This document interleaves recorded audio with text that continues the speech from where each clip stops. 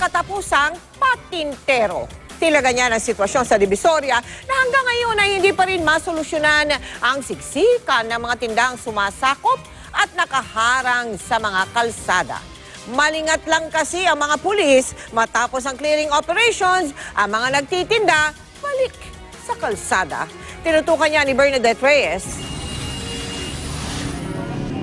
Ito ang karaniwang itsura ng kalsada sa bungad ng Recto Corner Reyna Regente papasok ng Divisoria.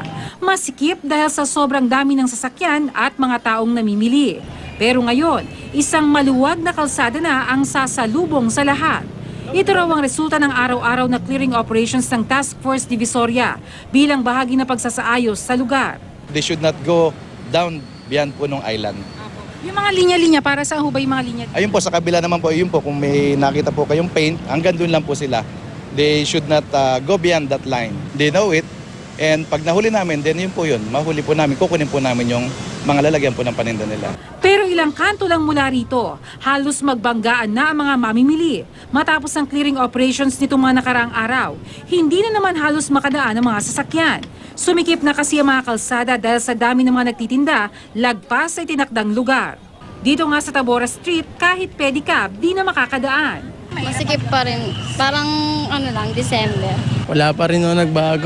Marami pa pong nasa mabangketa na nagtitinda, katulad naglalagay ng mga payong. Sa kahabaan naman ng Juan Luna, may mga nagbabantay na pulis kaya maluwag ang kalsada.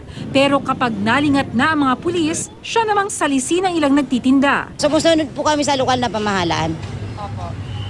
Tapos pag medyo wala na po sila, bumabalik din kami para makabinta kami ng pang-araw-araw ng mga anak namin, mga pangangailangan sa eskwelahan. Pero ano pa man daw ang dahilan ng mga nagtitinda sa pagsuway, sa huli, kailangan pa rin daw sundin ang mga otoridad. Kung sakali man sa katigasan nila, maninindigan pa rin po kami na ipagpatuloy po yung pang-araw-araw na kalinisan po ng Divisoria. Bernadette Reyes, Nakatutok, 24 Oras.